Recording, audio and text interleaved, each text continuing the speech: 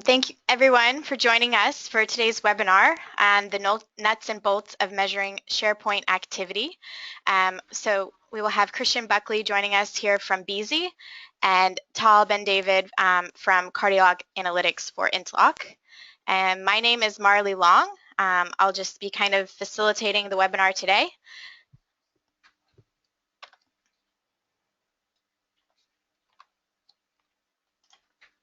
All right. Just some quick webinar housekeeping.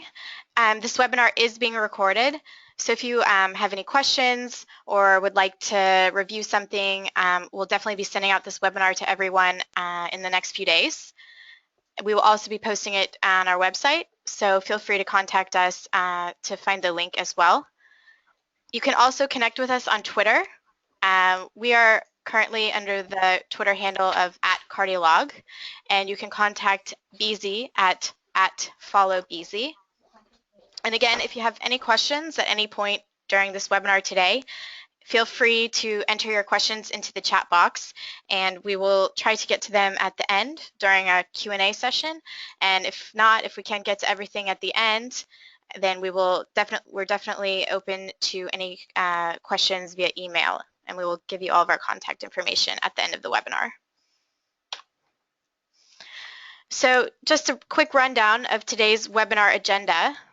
So we'll do a quick introduction, then followed by why measure, how do you begin, then we'll go into analytics reporting within SharePoint and Office 365.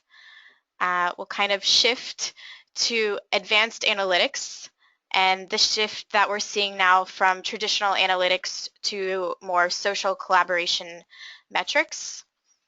We'll touch on how does social add to your business, and we'll review a bit on business and the relationship between business and IT, which is what we covered in our previous webinar during this series. And at the end, we'll have some time for Q&A. So again, if you have any questions at any point, you can always send them to us in the questions box. All right, and with that, I'll kind of hand this over now to Christian Buckley. Thanks for joining us, Christian. Thank you very much, Marley. And let me see, let's switch controls here. Back over to me. Let me show the app. We're only going to do one other switch here, and hopefully, is that showing up correctly? Yep. The intro screen. Let me jump back to my. All right. So thanks for everyone for joining this session. It's a topic that I'm very passionate about. There's a lot of interesting things that are happening around analytics in general within the Microsoft space.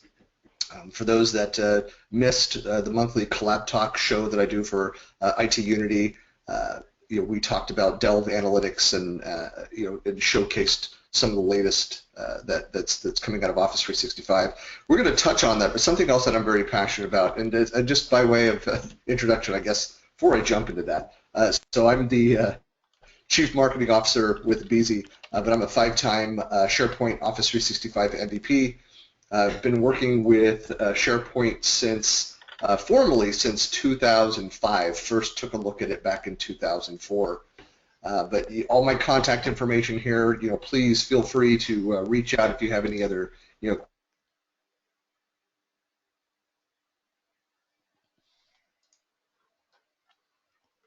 just about Beezy. If you're not familiar with us, we're one of the leaders in enterprise social collaboration, both for Office 365 and for SharePoint. So we offer a solution that extends and enhances what SharePoint and Office 365 and Yammer provide, and integrate all those things and provide a unified user experience across the platform of the social collaboration space. So this topic is something that we're very passionate about. And joining me here from CardioLog team is... Hi, Tal Ben David. Tal, I'll let you introduce yourself. Thank you. Thank you, Marley. Thank you, Christian. Very happy to be here, and thank you, everyone, for joining us as well today. I am an Alliance and Partner Manager at CardioLog Analytics. I focus mainly on the North American market. Feel free to reach out to me at my email below, or to browse our information on the website and through Twitter, our blog, etc. I'll very quickly give a summary of the company. So CardioLog Analytics was developed specifically for SharePoint. We worked in close collaboration with Microsoft to develop the tool, given that it was developed for SharePoint from the very get-go. We've been around for 10 years now, and our focus has really been to help our clients and enterprises improve adoption, improve collaboration, and ultimately improve the return on investment on all the spend within the SharePoint environment. And with that, I'll hand it over back to Christian, who will thank you very much. And we'll go through this first section. And I think that there's a distinction there too, but both Beezy and CardioLog Analytics developed on and for SharePoint specifically. So certainly I've been in the ISV space since 2009, and I've always worked with companies that have not been developing solutions that work across multiple platforms but focus entirely on SharePoint and building kind of native experiences, and I think that's very important. Yeah. Now, certainly, why measure? Why are we talking about this? And going back to my earliest experiences using SharePoint, deploying SharePoint, initially WSS for a client outside of Salt Lake City, Utah, that were really interested in document collaboration at the team level, but they were very interested in kind of basic analytics. And at that time, they were treating it really more as a kind of a website. They just wanted to know basic information. They didn't have a clear understanding or agreement internally of what they were measuring, why the data was important. Now, this is a topic that I write about, talk about quite often, is the need to align the measurements with the business requirements to understand what is that goal, what are we trying to achieve for the business. So it's just to say that, hey, we want to monitor activity. We want to know what the usage patterns look like, the traditional kind of blog or website analytics, and then not do anything with that is not going to be very effective. I think the reality of this day and age, no matter what the platform is, and of course we're all talking about SharePoint here, but we need to be able to go back and validate the investments that we made, the decisions that we're making about the platform, and be able to tie back what it is we're doing and what we're measuring against those business initiatives, those goals, those KPIs. And Gartner has been doing a lot of analysis on this for a number of years, talking about those organizations that are able to make that connection between their collaboration platform and those business activities are seeing a measurable difference in their business. And so you have kind of highlighted the stats here of those that are focused on revenue, that are looking on activity, increasing spend, decreasing ticket count, increasing the speed at which they're able to solve customer problems, and that elusive higher productivity. And I'd even kind of question that 50% higher productivity. It's always that fun part of statistics, what people claim that, oh yeah, we're experiencing higher productivity. Do they really know what that higher productivity looks like and what they're getting out of that? I don't know, Tal, if you have any thoughts on this, given that CardioLog has done a lot of analysis of this kind of data. So, I mean, one thing I wanted to point out, and something that I'm passionate about, is that we often forget that the same consumers that are prominent in these statistics are, at the end of the day, the same employees within our organization, and they, like any other consumer or in the consumer mindset, want to be engaged. They want to have a real social connection, whether it's outside with the retailers that they're buying from or the banks that they banking with. They want that same social engagement with their enterprise. And I think that's something that people sometimes tend to forget. They differentiate between the consumer, who at the end of the day is the employee. I think that's a great point, is that I think the trend has been over the last several years. It began in the midst of the SharePoint 2010. So if you go back to 2009, 2010, you started to see an increase in interest around the social collaboration capabilities. Now, of course, look, I work for a social collaboration company. I'm passionate about the topic, but if you go and you look at what has happened is that these kinds of capabilities have really become ubiquitous across all of our business applications, all of our enterprise applications. If you look at things like your CRM platform and the ability to go in and have that real-time conversation, that instant messaging that's not only able to connect across sales and operations and with your marketing teams in real time around a customer account and customer information, but be able to log that and go back and search back and see the history of the dialogue that's happening around a customer account. That's a social collaboration activity that's happening around that business system. And so you're seeing more and more of your tools and systems that we're having those kinds of experiences. Now the question is, are we able to measure and put metrics around those activities and see that as we do more of these social type of collaborations, social activities, it's actually driving value to our business. I think it really comes down to, and I've made this point, but it's not just about talking about the value, and inherently we know that if people are connecting more, talking more, there's going to be more value. If people are sharing more, tagging and adding context to content as it's being added into SharePoint, there's going to be greater value for the business. But I think that it's important to begin any of your plans as far as measurement with the right perspective. And this is a diagram that I've used for a couple years now, but I think that it's important to make this point, to always begin with perspective. And I'll just go through this very quickly, but is the people should always be number one, followed by process, and then technology, always in that order. And if you are building out your metrics with an understanding of what it is that, how your employees work and what it is you're trying to achieve, you're going to have the greatest success versus building out metrics that align well with your technology but then don't fit your people or process, or have metrics that align with the process but forget about the technology or people. It's generally you can have solid technology or even the latest technology, but if people aren't on board, if you're not aligned with your business processes, then even the best technology will fail. On the flip side, you can have people on board and highly engaged and have old, outdated technology and still find success, and that's why having people on board is the strongest part of the equation as you go and begin your planning.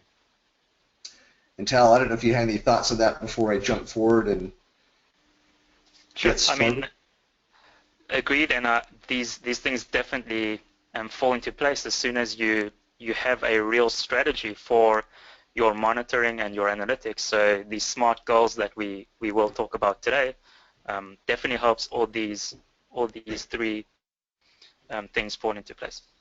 I think that's the question that everyone has is, where do you begin? How do you start this process?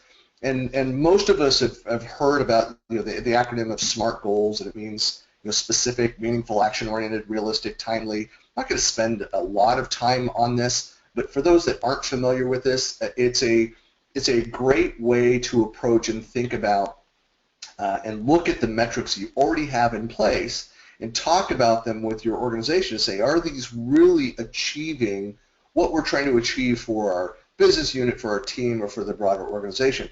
And so when you're starting to think about the goals that you've outlined, here's what we're trying to achieve for the business. And we'll get into some specifics and share some ideas. This isn't just a platitude of, hey, go build smart goals, good luck. Now we're going to get into a little bit of detail and some suggestions here. But what are you trying to achieve? What is your area of focus? And we'll give you some examples of that. Is it actually meaningful? Why are you tracking that goal? Is it just a platitude? We have a goal just to be 100% perfect. Well, great, excellent.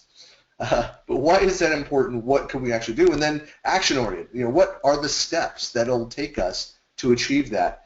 And can we achieve that? Is it even possible to reach that goal? I've seen plenty of my time inside of Microsoft and helping drive analytics for the advertising operations organization. There were some goals which I think most employees would agree were not very realistic, were not achievable. But then also, are they timely? Is this something that we can check back on and see the progress? See something, whether it's on a daily, weekly, monthly, or quarterly measurement, so that we can see the progress as we move forward. And what does this mean within social collaboration? So, it's not just about the activity within the communities, but that's an important thing to go and look at. And just any slice of data in and of itself may not be of tremendous value, but all of these data points add up into and help you reach that measurement of that goal that you're trying to achieve for your business. So activity within communities, the level of interest in content, specific content around keywords, around ideas, themes, communities, the level of engagement, how active are people within the environment? There's a number of ways to get there. I know within a website, if you think of like Google Analytics, for example, looking at page depth is one way of measuring the level of engagement. And the idea is that are people bouncing out on the first page that they visit, like they get a link to go and read a blog post, are they leaving the site after that, or are they staying engaged, following up other links and spending a lot of time within the site? So the longer, the deeper page depth, the measurement there is a stronger level of engagement that's happening in the environment. The overall platform adoption. So it's not just, this might be looking at, are they jumping in and looking at like their own team site or that project site that's been put together, or are they doing the bulk of their work within SharePoint? Are they using the platform to its fullest extent? The increase in innovation.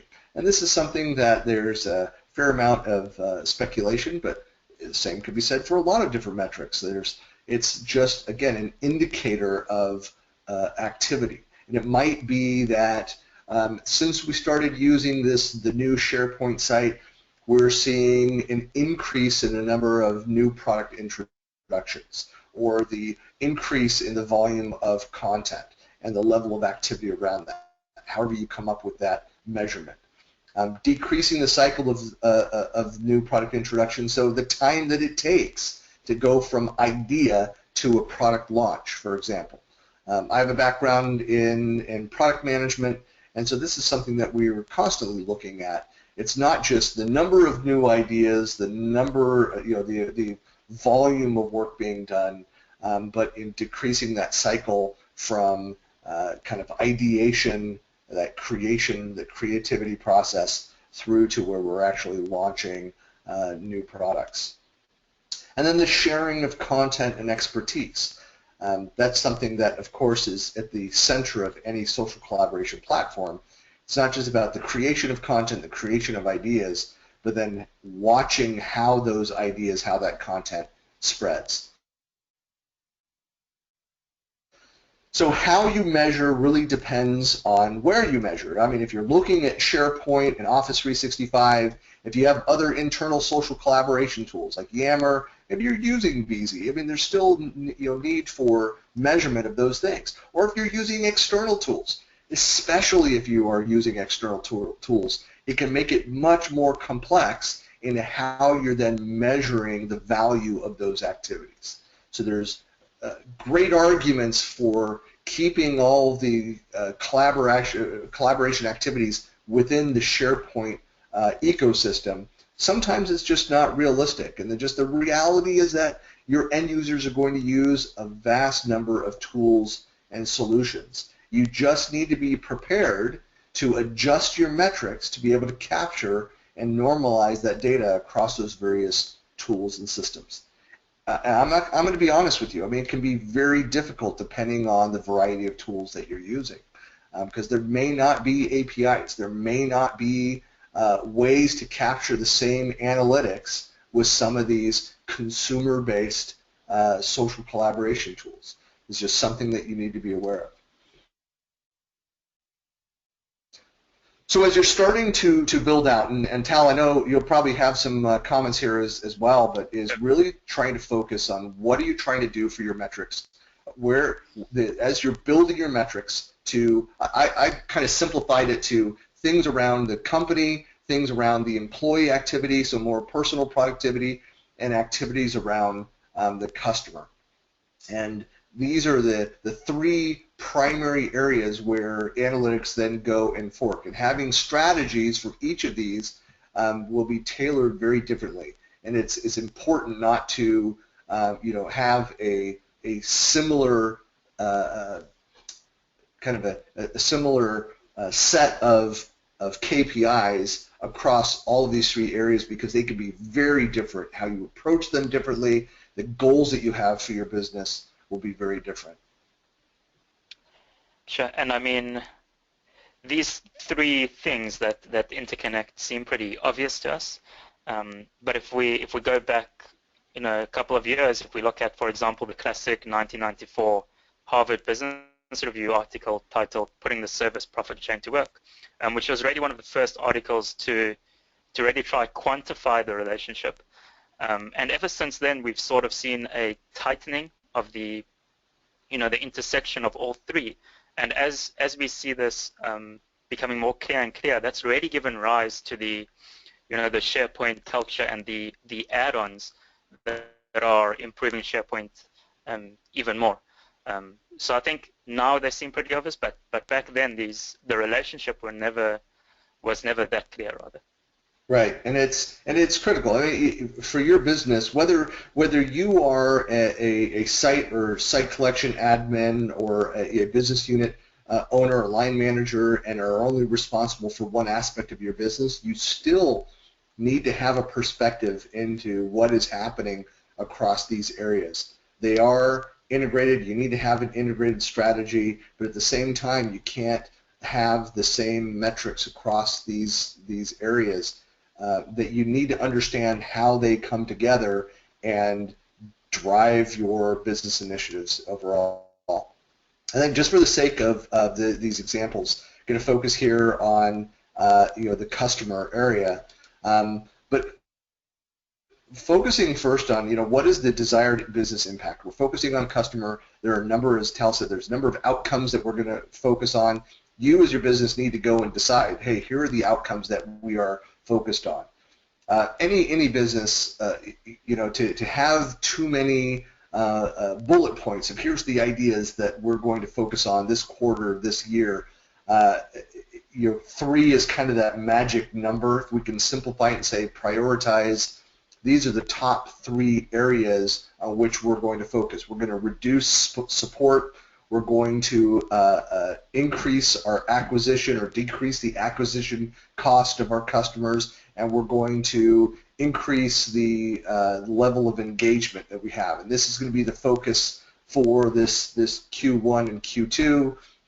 Then we'll expand on that, and we'll increase the level of content and the level of quality of the business. But we need to work on these first 3 areas.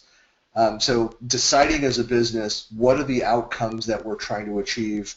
And just to further the example, let's focus on the level of engagement. But you might, again, look at and say, well, within engagement, increasing engagement, there are different target areas around acquisition. making the customers happy, reducing churn, building advocacy, extending the brand. And then you have the outcomes of each one of those, increasing the word of mouth about what it is that we're doing, increasing the amount of peer-to-peer education. So as you start thinking about the metrics then around those outcomes, like how are we going to measure that we've increased the level, the word of mouth? And it might be that you create KPIs or measurements around the volume of content that's being created and the level of activity around that, the level of activity around specific keywords, the conversion rate of activities happening around that content and driving that, the behavior that you intend for those customers. All can be measurements that you're in reducing then the acquisition cost and increasing the level of visibility of the brand. So this is just a way of thinking about how do we break down what those business objectives are so that we can get to those desired outcomes and put then the right measurements in place. And you can actually work backwards on the goals that you have in mind, that you already have in place today, and say, okay, what are those outcomes that we're trying to achieve there, and are we achieving that with the metrics that we have in place today? And another kind of a side topic, we're actually going to talk about it a little bit in our third session next month, which is about gamification of the system. And one of the side effects of gamification is that once people understand how it is that they're being measured, and you could even have people that start to understand, hey, I could see that this business, what their desired outcome is, once they become aware of that, it may actually change their behavior. And so this is why you need to constantly look at the data, look at your desired outcomes, and look at the metrics that you have in place, and figure out, okay, do we need to adjust here? Are we seeing what we expect to see? Are we seeing improvements or not? And then tweaking those KPIs to adjust based on what you're seeing. That might be a bit more in-depth into next month's topic. But again, just to further some of the examples here of building metrics to track activities and outcomes. And these are just some examples.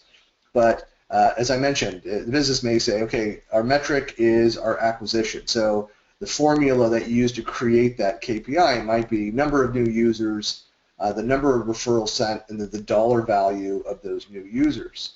The churn rate, so the number of deactivated divided by the number of total users. The program health, so the whole, Microsoft is huge on this, customer satisfaction surveys and the CSAT scores, being able to go in and look at the changes over time. Again, a single slice of data is less useful than it is looking at this consistently over time and the trends, the changes that happen against these measurements. You always have to, when you're rolling out these new measurements, you'll always have some managers that say, I don't see the value, the level of activity that it took us to get this data. I just don't see the returns. Like a lot of these things, the return for the business comes over time as you're able to monitor and see the rate of change of these metrics. The level of initiative around events, around new innovations, around user feedback, and of course the action or the activity metrics that are happening around the platform itself. Just being able to measure the level of adoption, the level of engagement, page views, post views, number of new visitors, number of likes, kind of all of those kind of core metrics. They're the easiest things to go and capture. You just need to make sure that they are tied to those desired business outcomes and that you're telling more of a story than just a list of stats. You're not going to be able to manage your business and show value simply by having a spreadsheet full of data of just stats of activity off your SharePoint site. Not very relevant. You need to use these to tell a story and to show that here were the business outcomes we were trying to achieve. Here's how it forms these ideas. Here's where we were incorrect. That's an important thing to learn, is that we did this thinking that it would benefit the business in this way, and we showed by these measurements that we're not getting that value. Hey, we need to go do something different. That is not a wrong answer to have that. Then, of course, just to wrap up here, the types of engagement, things around activity, again, measuring quality, the level of measuring interaction, measuring influence, a really difficult thing to do, but increasingly important. To see the number of referrals. Are people going out and becoming advocates for our brand, for our product, for our solution? That's something where it's the result of a number of outcome-based measurements to be able to track and see, are we having the type of influence and building advocacy within our customers and partners that they're going out there and extending the brand. So these are just some examples. Hopefully you can pull some ideas from this. I know, Tal, you're going to get much more in-depth and show more results of your research and the work that CardioLog Analytics have done. And so let me, oh wait, I've got the one section left. Just kind of the out of the box here, very quickly. And I know that there have been a lot of complaints with SharePoint 2013 that even took some steps backward in the level of reporting and analytics that are available. I think that Microsoft has made some statements and said, look, here's the basic analytics, usage analytics that are available, a lot around the search activity, of course. And then as you look at Office 365 and where Microsoft is going, the idea is to provide some very high-level, more security compliance type reporting that looks cross-workload. But Microsoft is not trying to go out and recreate the degree to which most businesses are interested in around analytics and usage patterns within SharePoint. They're leaving that up to you as customers and to the partner ecosystem to go and solve for a lot of those things. Even as you look at like Delve Analytics and which is in preview mode now, it's really about the individual perspective into productivity metrics, like how productive am I being, the number of meetings that I'm in, the amount of time I'm spending within email versus how much I'm spending in social and document collaboration activities, and reporting that data back to me against some generic data of a combination of an aggregation of my team or my organization, so I know how I'm performing against the rest of my organization. But it's not the kind of data that you're going to be able to use as an organization to go in and provide this aggregated view and measure against. Microsoft has so much to do with their what Satya Nadella talked about a couple years back as being the refocus of Microsoft around platforms and productivity, to provide the platform through which the partner ecosystem can go and operate and build these solutions. But everything that they're doing is focused on the individual productivity. How do we increase the level of productivity? So this is why we're talking about partner solutions and the partner ecosystem to help you answer some of your needs for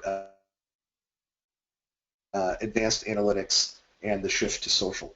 And so, Tal, with that, I'll hand off control back over to you and let you walk through some of your results here. Sure, thanks. So, quick switch over.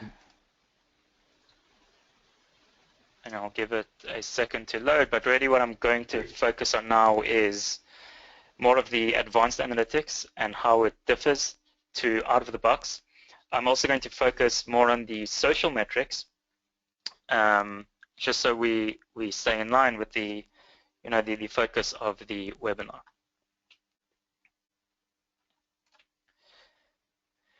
So to go back to basics before we begin, I just want to, there's so many things that SharePoint combines and so many different functions that it brings to the table. So for example, if we look at the content management, the document management versus business intelligence even versus the social networking or the enterprise social networking, this raises 2 points.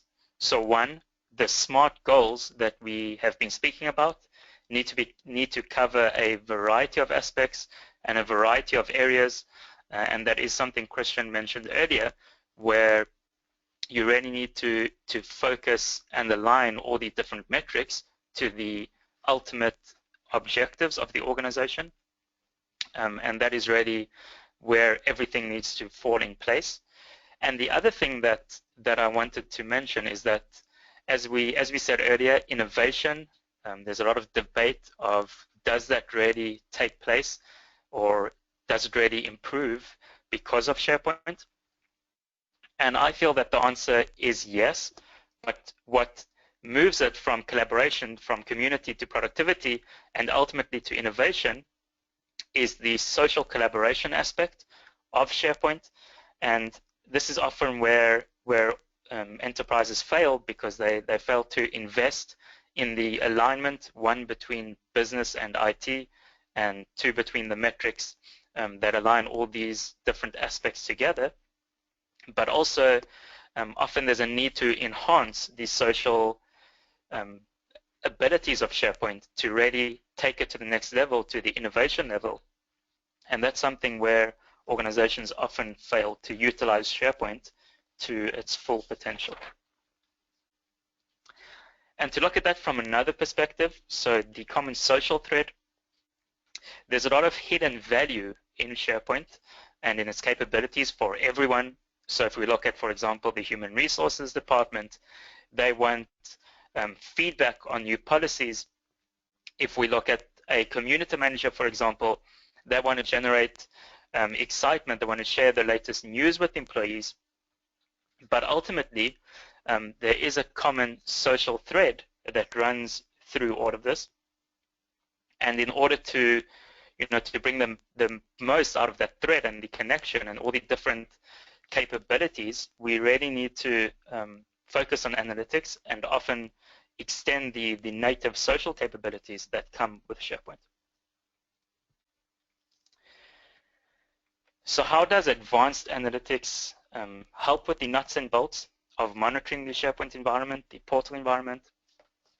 And to look at the meaning of smart analytics from a bit more focused perspective. So for example, if we look at specific, we want an advanced analytics solution to provide a wide array of metrics, and we want it to integrate really well with the portal. So integrating with the tree structure, integrating with the Active Directory profiles and other SharePoint profiles.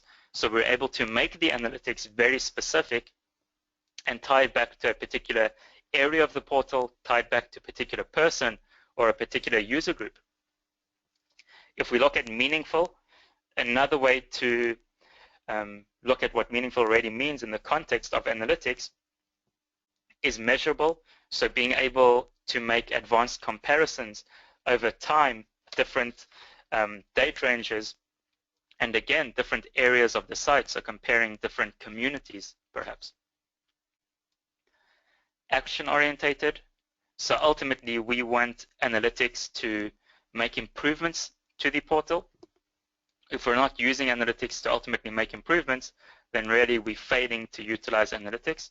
And an advanced analytics solution needs to make it easy to look at the data and say, okay, this is what we understand is wrong, and we see exactly how we need to improve. So for example, seeing a specific user group who perhaps may need training within the portal. Realistic or relevant, and again, we want a wide array of metrics from an analytics solution so that we're able to align the business, IT, and objectives. And of course, every organization has different objectives, and that is why we want a wide array so that everyone will find their fit. And of course, these change over time often. And again, that wide array of metrics enables every objective to find its fit and be able to tie that back to a KPI. Timely, So in this case, we may want to speak about scheduled reports. So reports being automatically updated, sent to specific stakeholders so that everything is monitored and tracked and almost fits into the schedule of the specific or relevant stakeholders. In fact, we can go a step further and perhaps trigger workflows based on certain alerts, and that really fits into the concept of making things timely or the improvements timely based on the analytics. And the other thing I wanted to mention here is that often when we speak of smart metrics, some people would say we want smarter metrics. And the ER at the end really stands for the, yes, we have evaluated the metrics, and what does that mean? And now how do we need to review if it's the metrics or if it's the portal or the improvements? We want to ensure that metrics are smarter, so they're always being evaluated, always being reviewed, and we're always closing the loop between the evaluation or the setting of KPIs, then the evaluation, and then the improvements to the portal.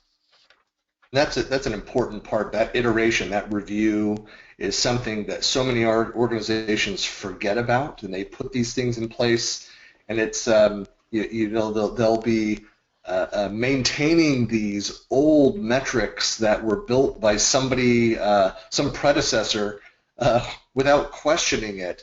But these need to be, it's an important part of your change management process that you need to constantly be looking at and reviewing. That's what I meant with the kind of the gamification that happens as people get too comfortable and they start to understand those metrics. They start to even unconsciously kind of game that system. So you need to constantly be reviewing whether they're still relevant, whether they're still achieving those outcomes that you had intended.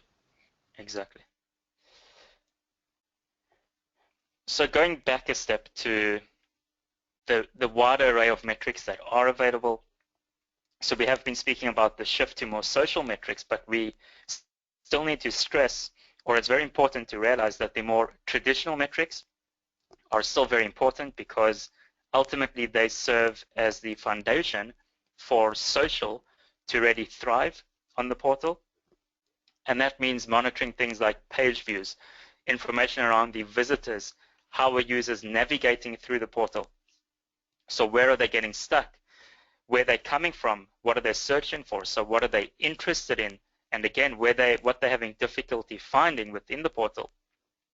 And the portal growth metrics, so more governance metrics or administrative metrics, sort of what is the content-heavy items within the portal, who is modifying documents, what documents are being modified, so also the governance perspective still needs to be there.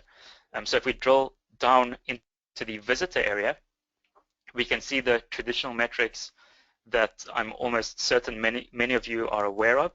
So the average number of unique users, the number of visits, the page views per visitor, and these are all very important in the greater scheme of things, although there still definitely needs to be a shift towards the more social metrics. And before we move towards the social metrics, if we drill down even further into the traditional metrics and to really give an example or a practical example of why they are still very important.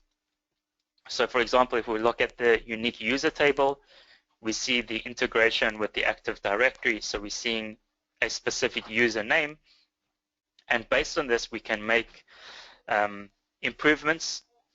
For example, if we feel that there is a cutoff for a certain number of views within a specified date range, and anyone that doesn't meet that cutoff, we can send them for training perhaps.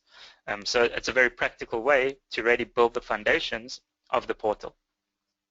If we move to the right, the page views metric, if we take a practical example, we may see content that no one is viewing.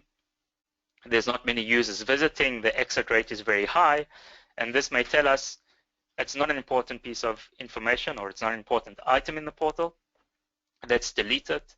Conversely, if it is important and there's no foot traffic or there's no interaction, we can very easily start making decisions like, let's add a button to the home page to make it easier for users to get to this unvisited item that is actually pretty important for users to see.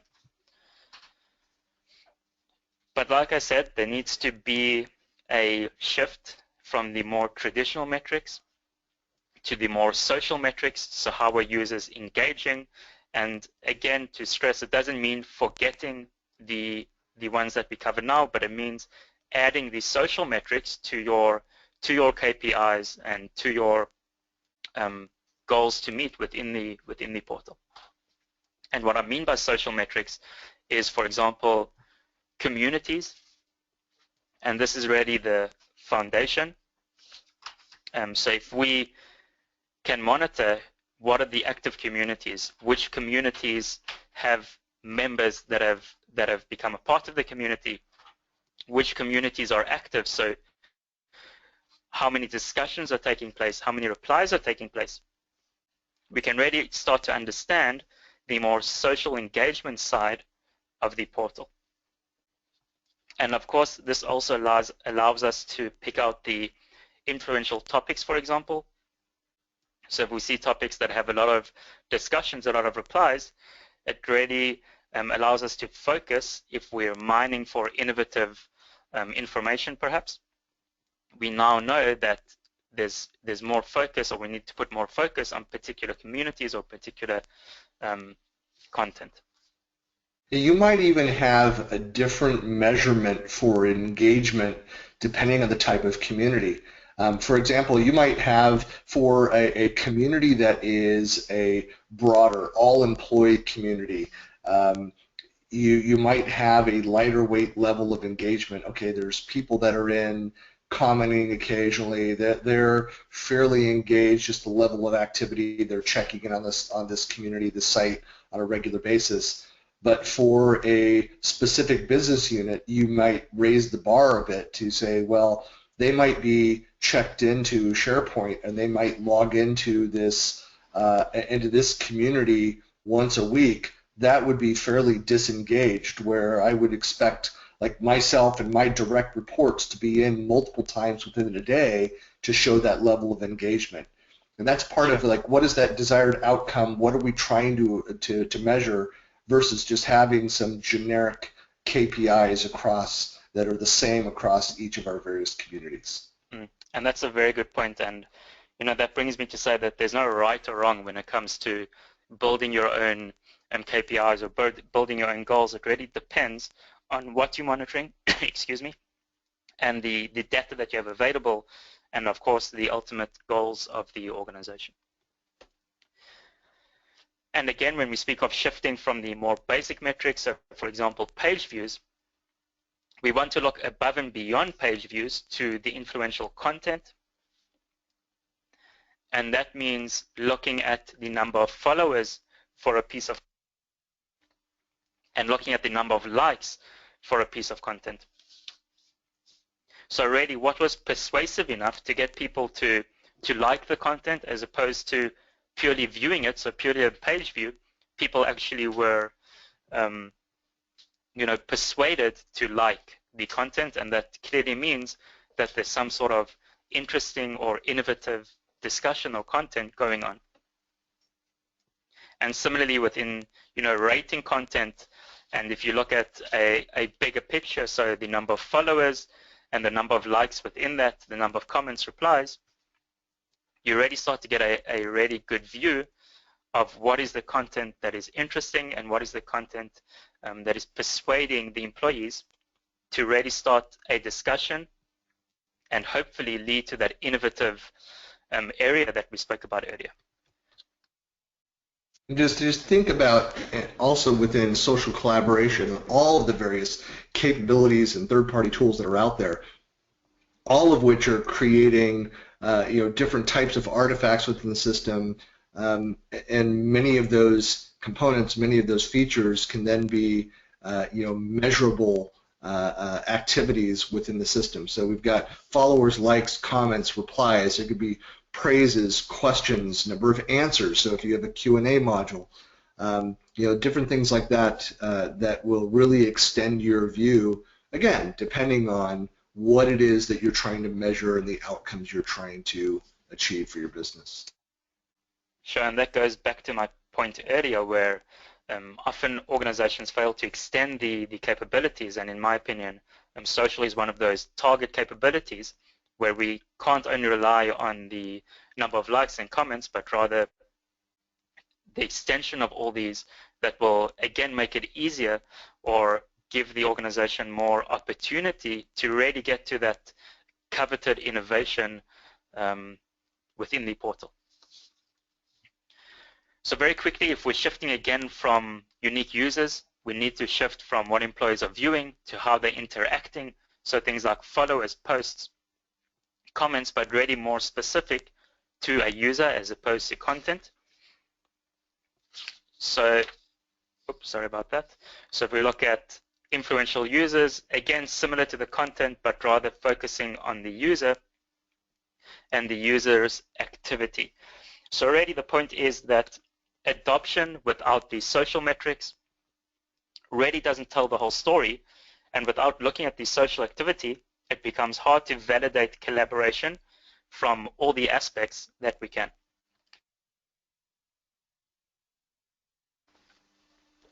And very quickly, or my final slide at least, is often the best way to measure employee engagement is simply to ask them.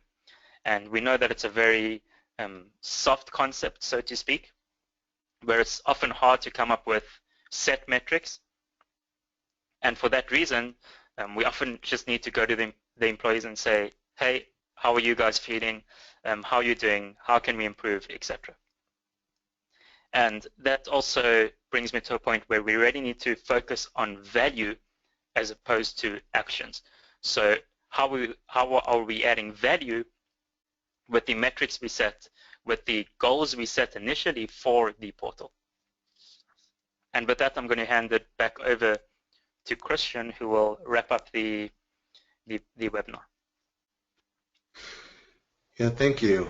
Yeah, I think that, well, here we've just got a few slides just to kind of conclude here, just to wrap up the idea of, the value of that social collaboration brings and how do you measure that value. I think that there are some clear examples of that, but that the biggest issue is that, as I started out with talking about the people, the process, and the technology, the biggest mistake that we make, and this is a SharePoint issue, but certainly with the social collaboration features, is that we really rush into deploying the technology without really understanding, okay, how is this going to fit with my organization, with my team, with the way that we're doing business and collaborating today? So that what are the business impacts? How does it change our process? How does it change, the day-to-day, our interactions with our customers and partners?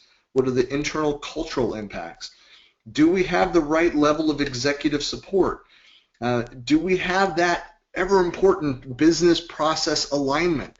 Or are the tools that we're using sit outside of the way that we actually get our business done? And then are we supporting the people, the advocates internally that are really the ones that the power users, these influencers, that are the ones that pull it all together, and any new technology, whether it be SharePoint or any other tool, the ones that actually make it work. And if we're not supporting those people, that in the long term can be the difference between success and failure. And some of the things, just to very quickly recap, there's 3 slides here, some examples. The activity metrics are really the easiest things to go in there and capture. Any platform will have basic activity metrics, things that you can go in there and track about what's actually happening. How you decipher that information is more difficult. And beyond the activity metrics, the next slide we have the growth metrics, so looking at the trends that are happening over time. And I just quickly grabbed some ideas here. The harder ones is really the third one, the value metrics, being able to correlate that activity and show that growth over time to get to those business objectives, those, what you're trying to actually achieve. things like making things more findable, searchable, decreasing the amount of rework, creating the same content over and over and over again, but instead increasing content and process reuse, improving productivity, kind of all of those measurements. So there's a lot of things you can do. Again, depends on the outcomes that you're trying to achieve for your business. But the overarching theme that we're trying to promote here with this webinar series is about making sure that the business and IT are aligned. So I think that the metrics are an excellent place to sit down and be working together, the business and IT, to understand and agree on what we're trying to achieve and then how we're going to measure those things. Obviously when you're working together, not against each other, you're able to accomplish much more. And it also makes sure that the business objectives, which may be outside of the purview of IT and vice versa, there's an increased level of visibility. Both are going to be more successful in those individual outcomes you're trying to achieve. So the goal here is to develop a shared understanding. I've said for years, every SharePoint deployment, whether it's on-prem or online, begins as a business analyst activity.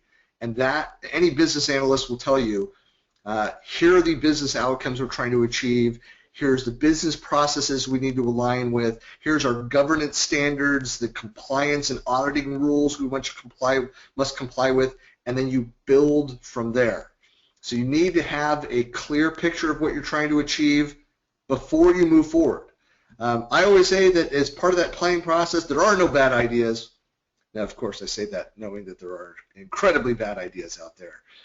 But to let everybody have a voice and add their perspective, but not to jump in and start solving until you agree on those fundamentals. Here are the outcomes. Now let's move forward. And that prioritization process can be very hard. You want to leverage the data from the system, the activity metrics, but you need to make some decisions based on how people are using the system today, how you're leveraging the technology that's out there, what are the requests that are out there, is there a backlog, and are those backlogged requests driving some of your employee behavior where they're going outside of the system to get their work done, which may be causing some of your problems in the first place. So around collaboration and iterating on this plan, some best practices, you need to establish that core reporting so you can monitor what's happening, the basic activity on the system. And based on what you see, this is that review process, the ER and the smarter. Based on what you learn, it could change your priorities. It could change the metrics that you thought were perfect. It might alter the outcomes that you're striving for. But you should develop dashboards for your leadership team and be prepared to change based on what you learn about how people are actually using that. And of course, that iteration process, it gets more stabilized over time as you get into that kind of rhythm of the business, and you're able to focus less on the tools, less on the measurement, more be able to just see the level of activity and focus on what your business is actually trying to achieve. And some little things have changed, equals course correction, adaptation, refining what you know, and then leveraging what you know to achieve more. I think, Tal, we'd agree with that last picture there. You cannot manage what you cannot measure. So you need to have measurements in place to be able to move forward. I think to wrap up, bring everybody on board as early as possible.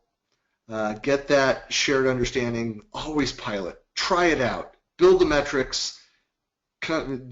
Iterate as you go, as you learn about that. Then you expand on what you've learned and what you've validated, and you're just going to have a stronger solution in place. And I always say that make sure you're including your business users as well as IT throughout the process. The more people are involved in the process, the more likely they are to support the process. And so I think that's it for what we have here today. Thank you so much for joining us. I know that there's a couple other questions that have come up. Yes, one of the questions, Matt, we're definitely going to share out via Twitter here shortly the PowerPoint slides. The recording will be made available, so Marley will capture that and we'll send that out as soon as possible as well. And then to answer Bill's question, the next webinar we're going to talk specifically about gamification. So in this series we covered the relationship between business and IT, the need to build smart metrics, and now we're going to talk about gamification. So it's kind of the advanced topic that combines social collaboration with analytics and how you can drive measurable results using these techniques. And Bill had another question. What can we help with on-prem? So everything we can do with online, Office 365, we can do on-prem. So that was only a snapshot of what we showed today. And there are other areas and other broader categories that we can track. Yeah, definitely. And I think I made a comment earlier just in the chat to say that yeah, everything that we're sharing here, all of these remain true for SharePoint, whether on-prem or online. Certainly, you may have different business outcomes based on on-prem versus online. I know that some customers that are working with Office 365 want to see some metrics that are cross-workload, that may have more to do with performance and accessibility, things like that. But for the most part, the things that we're talking about, it's fairly consistent across the two. Sure. Great, and again, thanks everyone for joining. We'll definitely be posting the webinar recording online in the next few days and be sending it out to everyone. And if you have any more questions, feel free to reach out to us on Twitter or through our email addresses as well, and we'll be happy to answer them. So thanks again, Christian. And thank you very much. We're looking forward to the next webinar. So we hope to see you guys there.